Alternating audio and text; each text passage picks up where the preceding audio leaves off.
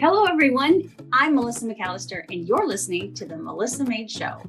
Now, for decades, I've dedicated myself to helping women break the cycle of dieting, navigate through all the fads, and change their lives through my nutrition coaching. Now, each week, I'm going to talk about everything from deep nutrition, mindset, self-care, the ideal workout routine, tips on how and why to implement intermittent fasting in your life, my favorite recipes that are not only crowd pleasers, but they're actually healthy for you, and so much more. Now, with small and consistent changes, you can defy aging while living a happier, healthier, and more heart-filled life. I'm so excited to show you it's possible with the right strategies that are so simple to adopt.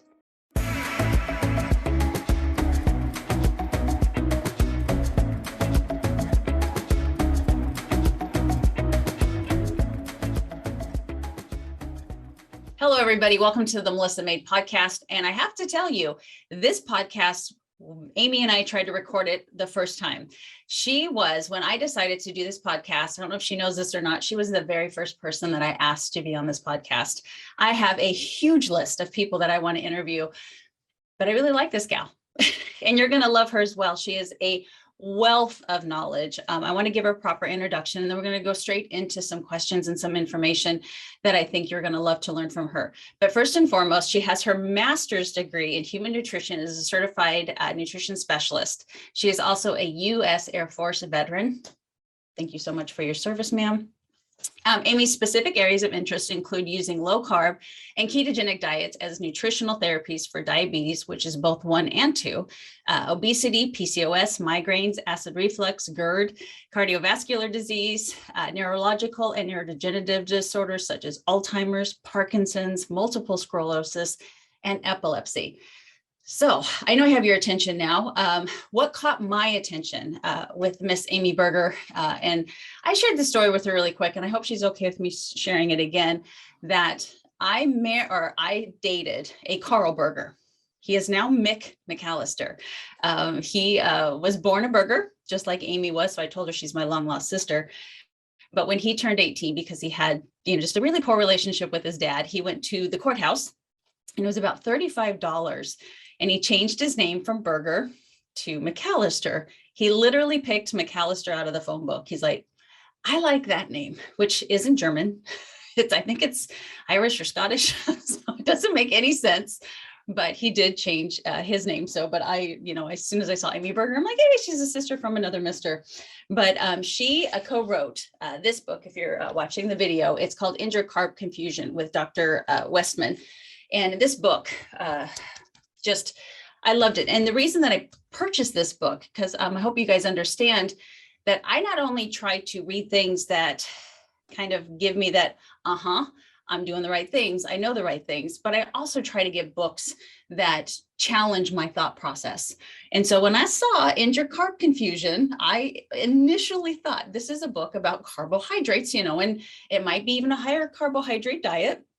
And so I'm going to buy it. And then I started reading it, and it ended up being one of those books that gave me that check mark that I am doing the right thing. So first and foremost, thank you and welcome back, Miss Amy. How are you doing? I'm well. Nice to see you again. So we are going to dive into this. If you would, real fast, would you share with our following the purpose behind this book? When you and Dr. Westman wrote it, what you were hoping to get out of it to help people understand a little bit more of. Sure. So Dr. Westman, and that's Eric Westman, who's at Duke University, is well known in the ketogenic and low carb world.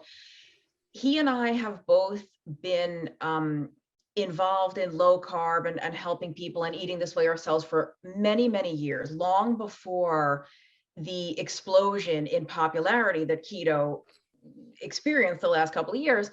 And we are both fascinated, but also horrified at how complicated and confusing and overly cumbersome keto has been made out to be.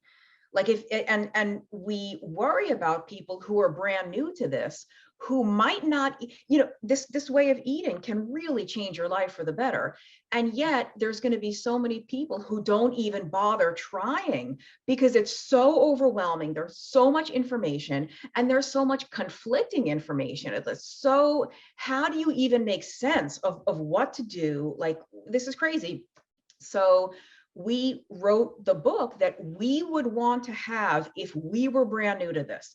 If you've never done low carb or keto, this is the guide that I would want you to have, because it's really, we're not saying it's perfect. We're not saying that no one else's book is good, but this book really, End Your Carb Confusion is literally the title. We really just wanted to simplify it all, explain why would you want to do low carb? Like, why would you even do it? For what purpose? How does it work? And then how to actually do it in a very simple, straightforward, inexpensive way.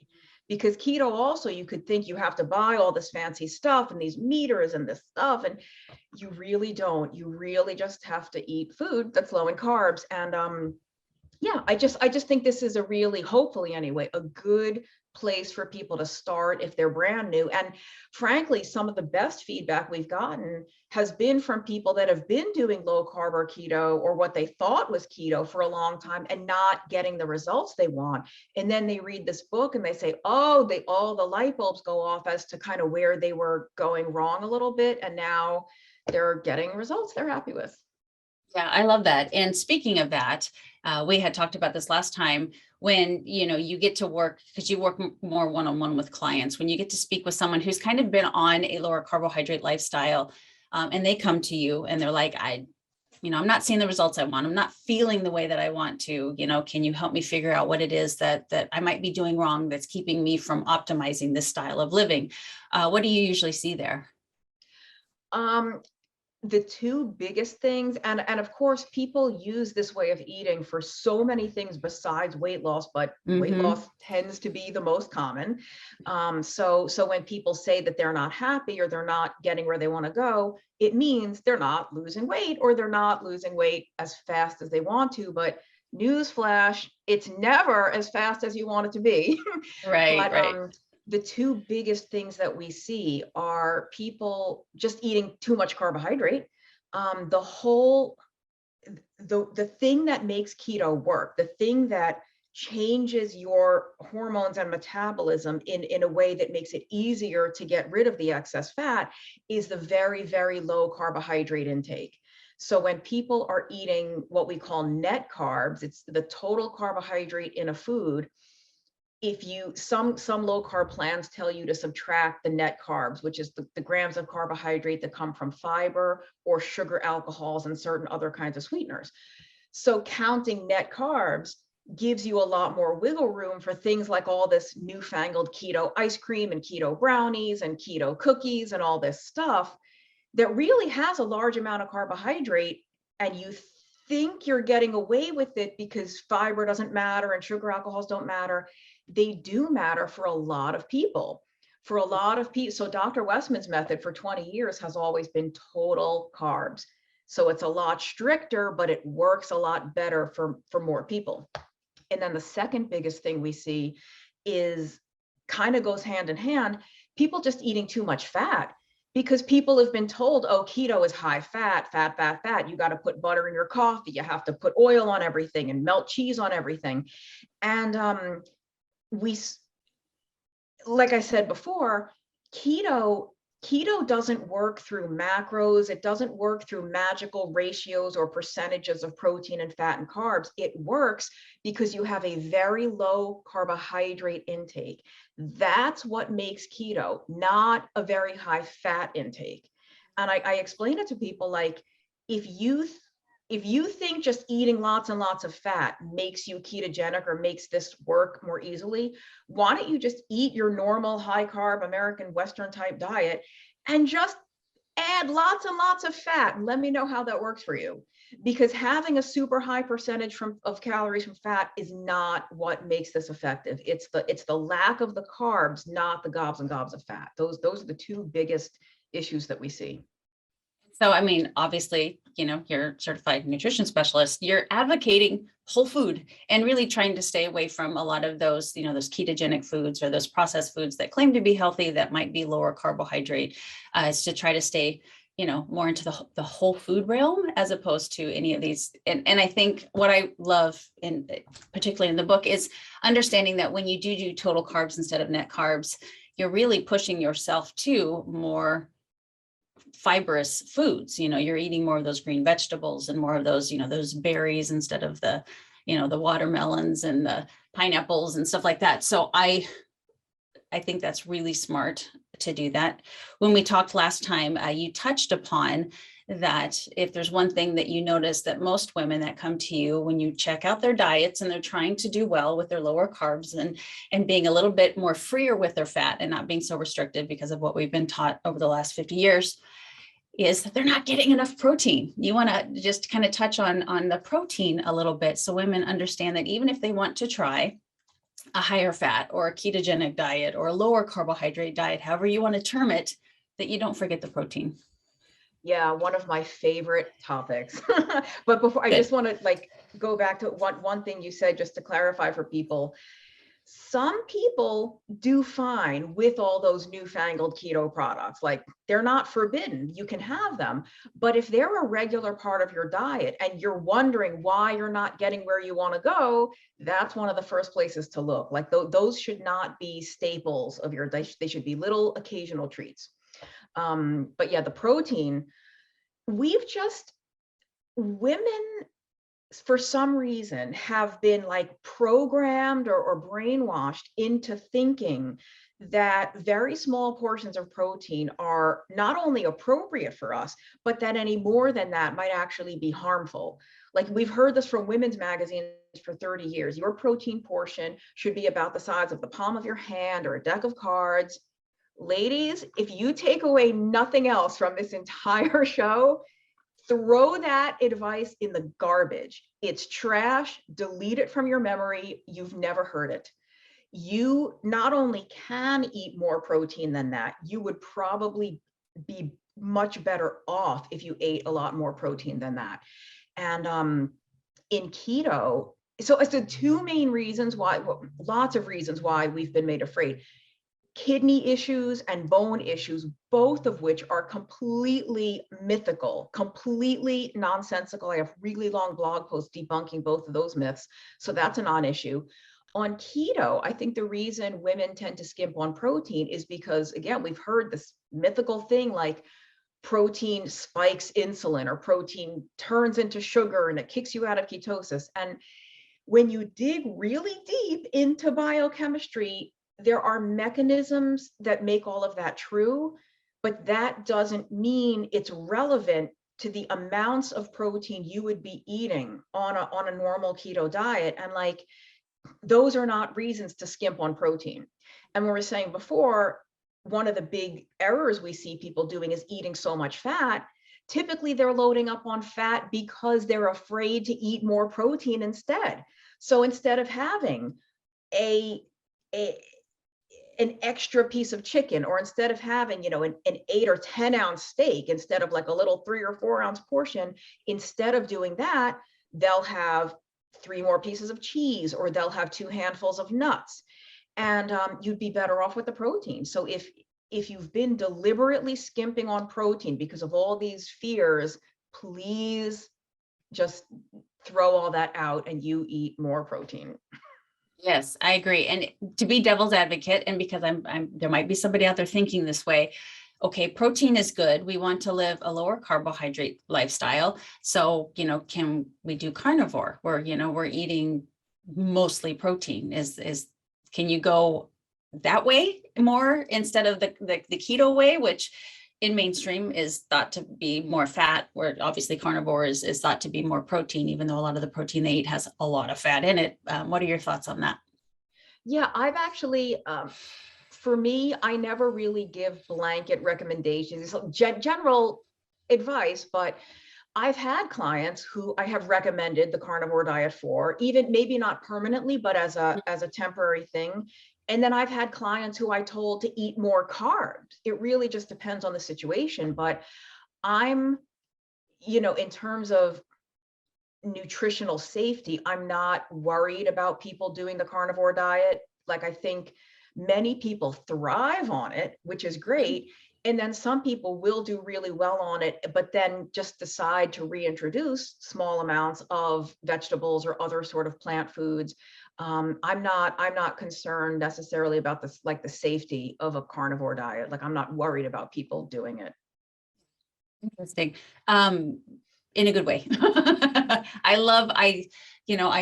I've done so much research, because like I said, I'm trying so hard to always be in the know when it comes to any and everything that comes around. And you do hear a lot of really phenomenal stories from people who especially have, autoimmune disorders that put themselves into more of a obviously ketogenic or carnivore diet, that even if it is temporary or, kind of propels them into, feeling less bad, that it really does a good job of doing that. And again, it's a lot of it starts with just the whole food basis, taking out a lot of processed and ultra processed foods and going into whole foods.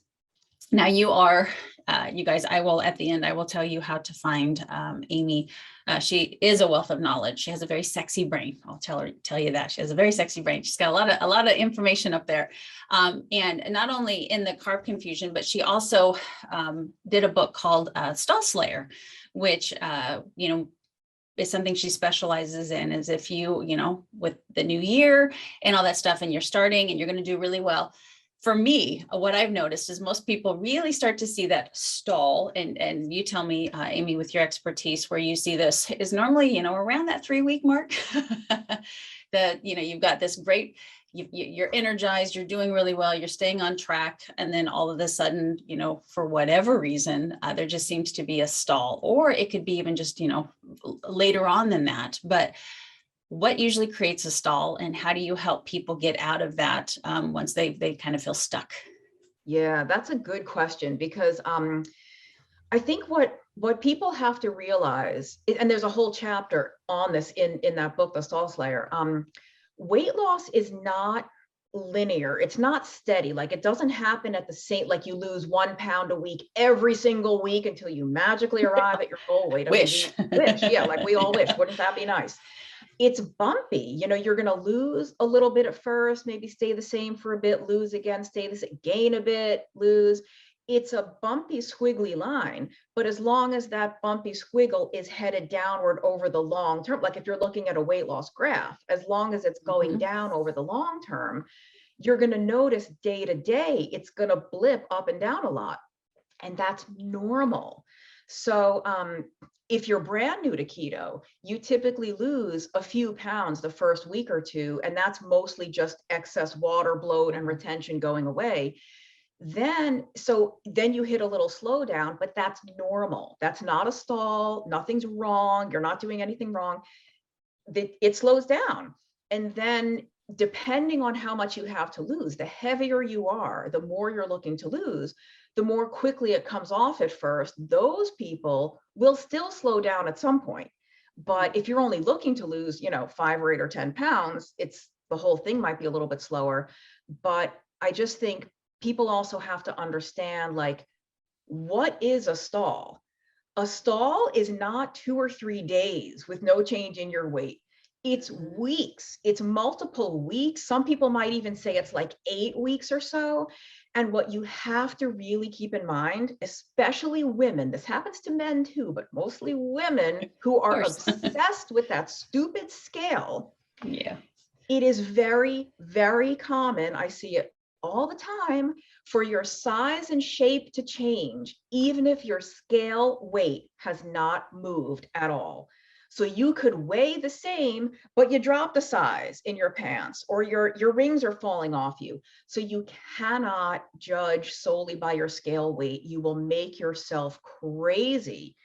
And if you are going to get on the scale every day, you have to keep in mind those up and down fluctuations are normal. What you want to do is zoom out and look at that trend over the long term.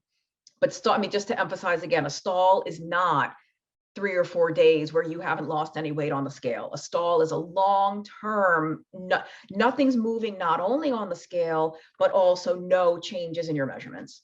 like a dead Yeah. stop. That's what that is.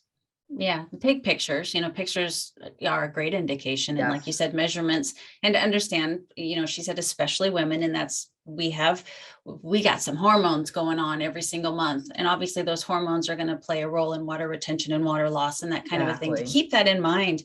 And I don't know if you have any kind of a tracker. I don't, but I'm sure every app has one where you can track your weight, and if you can, be patient with yourself, or even you could do it on a notepad and put, how often you weigh yourself. I would love to know, if you'll answer this after I'm finished, how often you recommend people do weigh themselves, if you think that's important, but that you do weigh yourself so that you can see. I mean, you're going to see it's bumpy, but hopefully you see, here's where you started, and maybe 2 months down the road, you're down here. So you do see that decline, which is so inspiring, as opposed to, just not keeping track over the long term and kind of forgetting where you started, and it's never good enough. So tell me, what do you recommend as far as weighing goes? It depends on the person's emotional relationship with their scale weight. I love that. So there's a lot of women, if you are someone who can weigh yourself every day and you just look at the number and then you go about your life and it doesn't wreck you emotionally, then it's totally fine to weigh every day. If, on the other hand, that number ruins you, the moment you wake up, you're on the scale, now all of a sudden you're a failure, you're so ugly, you're unlovable, you're unworthy, you're hideous. If that number is determining your self-worth and self-esteem, I would love for you to not weigh yourself ever. Why don't you just go by how your clothing fits, take your measurements once a month. If you insist on weighing yourself in those situations, I would say once a week, maybe not every day, just because a number on an inanimate object should not have that much power over how we feel about ourselves as humans. Amen. And so it just, if it's mentally and emotionally not a problem for you to see your scale weight every day, do it every day. And if you can keep in mind those little fluctuations. But I just think so many women, it's a net negative in their life. It's the pain it's causing is disproportionate to whatever benefit they're getting from knowing their weight. Like, and if you're struggling with weight loss and you've been weighing yourself every single day for a decade or 2 years, knowing that number every day hasn't helped you make it any lower. So why keep doing it? It is not helping you in any way accomplish what you want to accomplish. I love that. That needs to be on like repeat, for including myself, on women in the bathroom. We make ourselves crazy over this stupid number. Yeah, which, brings me to my next question. I know that you and I are very similar in the fact that when we look at a client, we think, I want to make you healthy. This is all about your health and making you feel the best that you can. And feeling the best you can is ultimately going to help you look the best that you can. But let's say you have a client and they're really, really focused on weight loss, fat loss. They really want to lose some fat. What kind of tips would you give, clients that, maybe they are perfectly healthy, or for them, their starting point is to see not the scale go down, but to see the clothes fit more comfortably? What tips would you give her or him? Well, so you mean about the mindset or about what to actually do with the food? Both, man. I would love to hear how you handle a client with those goals. So I'll start with the mindset stuff. I try to tell people to keep in mind that even if they are heavier and they really do want to lose weight, and it's like, and they are stalled, or it's really, really slow and stubborn, try to, at least when you're losing motivation and you're starting to feel really frustrated, which is totally understandable, by the way, that you're feeling like really upset that the weight isn't moving. Look for all the other things that are getting better that can be your proof and your motivation to keep going. They're your proof that keto is working for you, even if your weight is lagging behind. Like so many people do keto not for weight loss, right? It's good for migraines. It's really good for the skin, for joint pain, for acid reflux, for non-alcoholic fatty liver, for PCOS. And I know many women with PCOS are heavier, but not all of them. Only about 50% of women with PCOS are heavy. So we do it for all these other reasons. So what can you look at that, like, oh, you know what? I haven't lost any weight in 2 months, but I also haven't needed my headache medicine in 6 weeks. And I haven't had to take an antacid in 3 months. And I haven't, you could even say, low carb diets are very well known for sort of like helping to control appetite. You don't get hungry quite as often. You don't have those blood sugar dips. So you might say, well, you know what? I'm really disappointed that my weight loss has been slow, but I don't need to snack anymore. Like I eat 3 meals a day and I don't get ravenous in between. Or maybe here's a great one.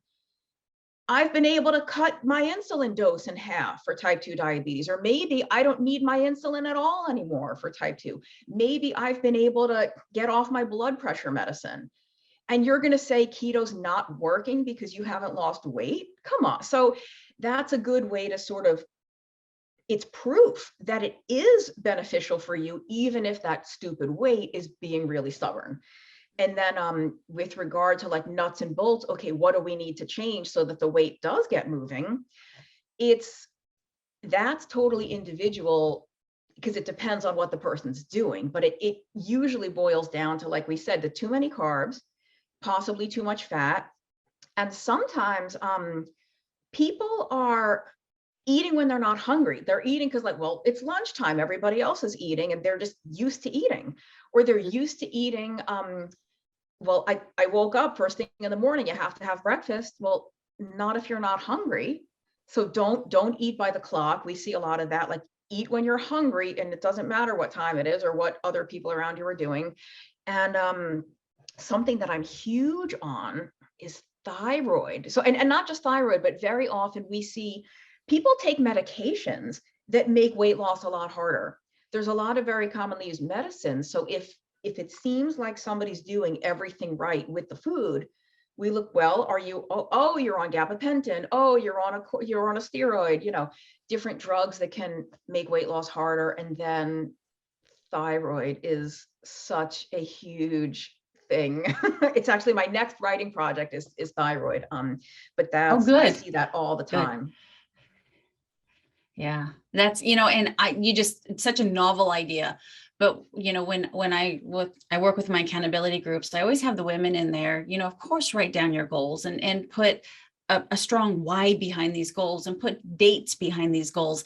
But I never thought to write down, necessarily what you're hoping to see the change. So most people, it does always start off pretty shallow of I just want to lose weight. And then when you really get into it, it's I do want more energy to play with my kids. I do want to sleep better. I do want to have a higher sex drive, so I feel more connected with my partner, those kind of things. To write those down and then to kind of just reevaluate every week or every couple of weeks. How are those things feeling outside of that's whoa.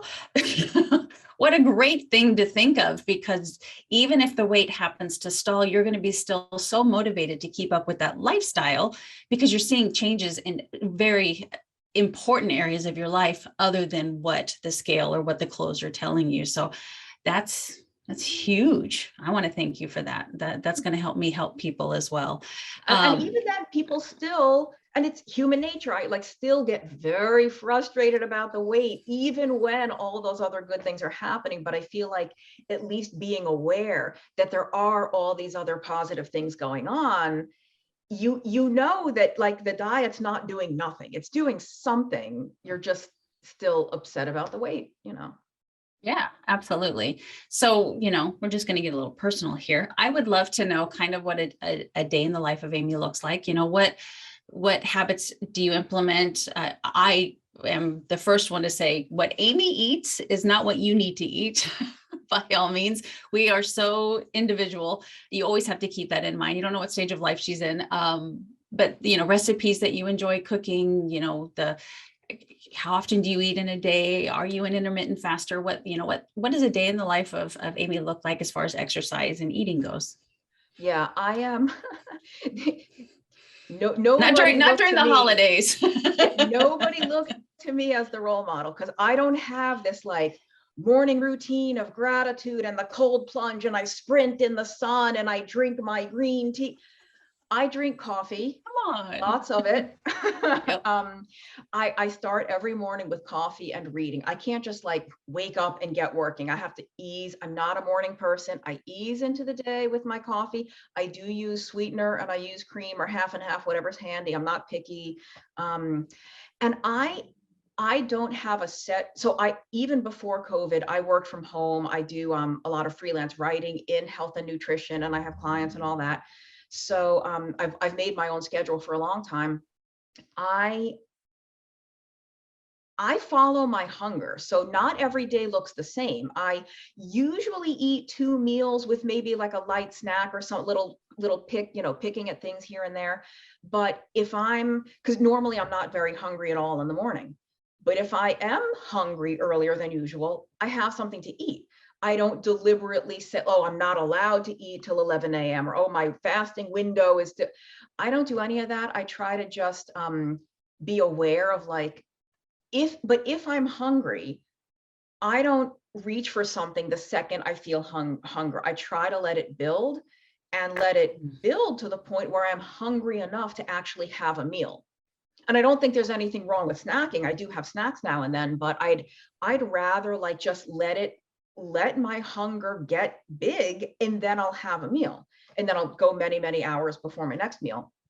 But so yeah, it's usually 2 meals. Sometimes it's 3, but if it's 3, one of those will be like an itty bitty kind of meal. I live alone too, so like I'm lucky in that I don't have to cook for a lot of picky kids or like a husband that doesn't eat low carb.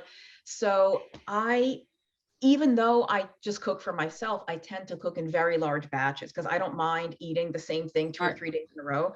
So I'll cook a huge thing of stir fry, chicken with onions and peppers and bok choy and stuff like that. I'll do a lot of that.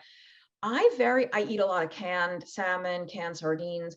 I also just do a lot of like ground beef or ground pork or something, just in a pan with some kind of vegetable on the side. Very, very simple stuff. I rarely cook anything. I mean, it tastes very good. If you use the right seasoning, It tastes great, but it's not some kind of huge, elaborate recipe. I think that's fine if people want to make that, but I just tend to keep it really simple. And I'm not on the carnivore diet, but I'll go several days here and there with no vegetables just because I'm not in the mood. But then I'll go on a tear where like, I just want all the vegetables. So it's, I hate to give such a all over the map answer, but that's how it is. I don't eat the same exact thing at the same exact time every day. I just, now I'm always low carb.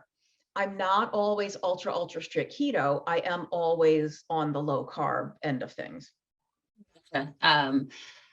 So with the intuitive aspect of it, you've got I think knowledge is such power. And that really helps people keep on track on how they choose to eat, because they know the ramifications if they stay off that path too long, and they see it. But for someone that's maybe has, especially coming out of, the end of a year with all of the naughty foods, which some people get mad at me when I say bad or naughty, but I think they're bad or naughty. You wouldn't necessarily recommend intuitive eating at that point, correct? Well, so intuitive eating is a very sort of loaded phrase. I think there's a group that actually has like a trademark on that or something. So the way they use it is very different from just like following your hunger, eating to hunger. It's hard to say if I would recommend that. I mean, I think there are benefits to having some type of like fasting window or something, just because if you know that you tend to overeat or eat all day when you're not hungry, it might help to have a kind of guideline around that, which is not unbreakable. If you're especially hungry before or after, eat, like don't force yourself to be super hungry all the time. But I think if somebody was kind of off the rails, dietarily speaking, through 2021 or whatever, like, and you're trying to get back on track, I think I don't worry so much when people are just getting used to this. Eat as much as you want, whenever you want, as long as it's the quote, the right foods, as long as it's all low carb foods, because you will notice very quickly that once your metabolism kind of makes that shift, you will be less hungry. You won't feel as hungry all the time. The sugar cravings will either be completely gone or they'll be much less. So it won't be such a struggle. And I think at that point, you can start to like listen to the hunger signals. You can't really trust your hunger signals when your hunger signals are crying out for donuts and Doritos. But when they're crying out for, salmon and broccoli, oh, maybe I could listen to that.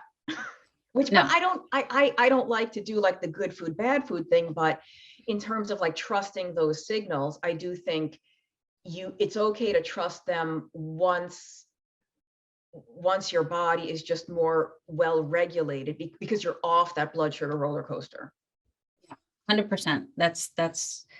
That's the answer I knew you would say, and it's true, because when you really start to eat well, it's a struggle at first. I mean, it's a struggle. You've got those, those signals, that dopamine going. But I mean, that's we talk about that in End Your Carb Confusion, like especially if you're brand new to this, or maybe you've done low carb or keto in the past, but it's been long enough that you feel like you're starting again. It's hard enough for some people to just go without the carbs. If that's hard enough, we don't need to impose on top of that, like, well, now you have to have only this much fat and only this much of this, and you can only eat between these times. I throw that out. Just get rid of all the carbs, eat whatever you want, whenever you want, and then tinker, like refine it from there. But I think it's for some people, it's not hard, but for some people, it's a huge enough change just to ditch all the sugar to begin with. Right. And that's tremendous advice right there. So I think we're a little on the opposite ends when you say you don't like to say food's good or bad. And I'm gonna call it out like I see it. It's either it's good for you or it's not. Is there a food, Miss Amy, that you won't touch? Is there a food out there you're like, and it could be taste, or it could be, because you just know that it's really going to, take you off kilter. Is there anything that you really steer clear of? Yeah, there's a couple. So I have a lot of what I call red light foods. Like I have red light, yellow light, green light food, a green light food, ground beef. I'm not going to be out of control on ground beef. True. Now, peanut butter, can't have it ever again, ever, ever, ever, because if anyone, like the people, my followers know, that was a ridiculous binge food for me. Not even the sugary kind, like the plain kind, just peanuts and salt, like no sugar. I can't go near it. And so, and of course there's higher carb food like cheese doodles, dead to me, out of my life permanently. We had the funeral, I said goodbye. But I want to point out to people, like, it's, and for me, it's because they are major trigger foods or binge foods. Like if I could have a handful of cheese doodles, okay, not the end of the world, but I can't have a handful. I need to have a trough. And, but I want to point out to people that it's not just higher carb foods or sugary foods.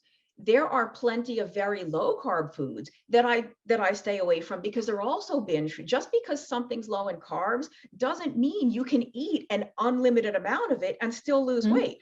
Like, right. I have to be very careful with pork rinds. I could inhale some pork rinds, the family size bag is my serving. And those little bags, and it's like 5 servings, and you're like, 5 servings for who? Like a 2-year-old child or what? But just that, and most I can do macadamia nuts, they're so expensive, I can't afford to binge on them. But most other nuts and nut butters, not a good idea for me. But for other people, they might be fine. Some people can have a handful of almonds and put the rest away, and it's not that they're not good for you. Like they're perfectly nutritious foods, nuts and stuff like that. And they're perfectly suitable for a low carb diet, but I personally cannot control myself around them. So, and there's a lot of trigger foods that are very common. And then I think each of us as individuals all have the ones that are unique to us that like, oh, I can't have that, you know? No, yeah, absolutely. And in fact, I talked with Dr. Tarman last week, and I mentioned you, and she gave you the highest praises, Oh, where she is the writer of, Food Junkies and Food Addiction. And so what you and I are talking about right now is something we went in depth in, and about being able to abstain or moderate. And you sound a lot like me. I'm just, let me think. I'm trying to think. Hot tamales candy, is something that you couldn't give me a box of hot tamales candy and say, hey, you can just, have a handful and save the rest for tomorrow. Right. That box is going to get eaten. And I know it. And so either I know when I get it, I'm going to eat the whole box, or I just better off not getting it at all. And I think that self-actualization is a really important start in people learning to eat healthier and create lifestyles that have sustainability, is understanding that, what I tell myself, I'm going to buy the cheese doodles, and I'm even going to put them in those little tiny Ziploc bags, and I'm going to portion them out. But then you've got 20 Ziploc bags, and there's a good chance. I don't believe in out of sight, out of mind. Nothing is ever out of mind. I know exactly how much is left in the pantry. Like I know that there's more there. And I will say, like we were saying earlier about the keto junk food and the keto brownies and ice cream and stuff, I think that, some people, like the moderators, some people can have that and it's no problem. And in fact, for some people, having that stuff now and then is what helps them stay on plan long term. So that's fine. Like if that makes the difference between them doing this versus not. But there's a lot of us on the other side of that where if you couldn't eat just 1 or 2 regular cookies, what makes you think you can just eat 1 or 2 keto cookies? You're going to have the same binge problem with the keto ice cream that you had with the regular stuff. And just don't kid yourself about it. Oh, it's keto, that's okay. Not if you're eating the whole pint. So like, it's that very slippery slope. You have to know yourself, and you have to be honest with yourself. Don't kid yourself. Yeah, 100%. And that's probably one of the very first steps of, trying to percolate a new eating plan, is to understand, what your red light, yellow light, and green light foods are. I think that's fantastic. So you have a ton of things in the works. I know that, we talked about this before pushing record, about injured cholesterol confusion, which is something that she was working on with Dr. Westman again, I believe, and has something that is coming out for keto. Can you just share with the following, some of the projects that you have worked on, other books, what you have coming up in the new year, so that they can keep their eyes peeled for that? Yeah, thanks. I'm involved with a company called Adapt Your Life that Dr. Westman partly owns, and we are doing a lot of online virtual courses for keto. We have the Keto Made Simple Masterclass, which is for people that are new, or if you've been doing it a while and you are not getting where you want to go, that course will help you. We have a course on cholesterol. We have one based on my book about breaking fat loss stalls. So it's stuff just starts, all the time throughout the year. So people can find that. It's a long website, but it's adaptyourlifeacademy.com. adaptyourlifeacademy.com. And then my books and Your Carb Confusion and The Stall Slayer. And I wrote a book about Alzheimer's called The Alzheimer's Antidote. If anyone doesn't know, they call Alzheimer's disease type 3 diabetes, or diabetes of the brain, if you're wondering what on earth the low carb nutritionist would have to say about those. And I'm mostly active on Twitter. My handle is 2itnutrition, but I have a YouTube channel. I do videos, so that channel name is also 2itnutrition, TUIT Nutrition. And that's my newest project that I'm just starting to write this week, is on thyroid. So it's going to be something that's not really keto related at all, but it's going to be something that I see in my practice all the time, which is thyroid, mostly focused on low thyroid, not so much the high. Yeah, wonderful. And, as I told Amy, most of my following is on Instagram, and she's on Instagram, but she's the first to tell you it's not the first place she goes. Her Twitter is most active. And then you can also find I almost information. forgot about the Instagram. I do. And my handle is 2itnutrition on Instagram. I don't understand Instagram. I can barely post a picture, let alone these snippets and the videos and the things. I'm like too old for Instagram. I think that's a Let's kid stop that. thing. I don't understand Twitter. I mean, I am completely lost. So you and I need to maybe help each other out. Yes. But you do have a link in your bio on your Instagram that kind of helps, break everything down that you're involved in. All so the links go to the link in my Instagram profile. Everything's there. Yeah, so that's just a really good place to get a little bit more of Amy in your life, which I'm sure now you understand why you need to. So I want to thank you so much for this take 2 that we did, which I've enjoyed much better. She went from, just kind of someone I was interviewing to someone that I would call a friend now. I really, really appreciate you from the bottom of my heart. And I actually, if you'd be up for it, maybe we can have you back on once you get your thyroid project going, because that is such an interesting topic that most women really need to hear about, if that's possible. Sure, yeah. If people are curious, there is a whole chapter on thyroid in the Stall Slayer book. Yeah, fantastic. So anyway, I appreciate you. This is exactly what I wanted it to be. She's such a wealth of knowledge, and we only hit the tip of the iceberg with this woman. So I really encourage that you kind of immerse yourself in her and learn from her and Dr. Westman. And maybe we can get Dr. Westman on this podcast as well. We'll see if we can pull some strings. But thank you so much, Amy. And all of you guys have a fantastic day and live a healthy life. Thank you. Take care. Wow, we've reached the end. But before I leave you, I'd love to hear from you. After all, it's not every day that someone reaches out and asks for your opinion. And to me, your opinion does matter. So please share this episode with anyone that you think needs to hear this message. And remember to rate, review, and subscribe wherever you listen to podcasts. My name is Melissa McAllister. And until next time, thank you for being your own health advocate.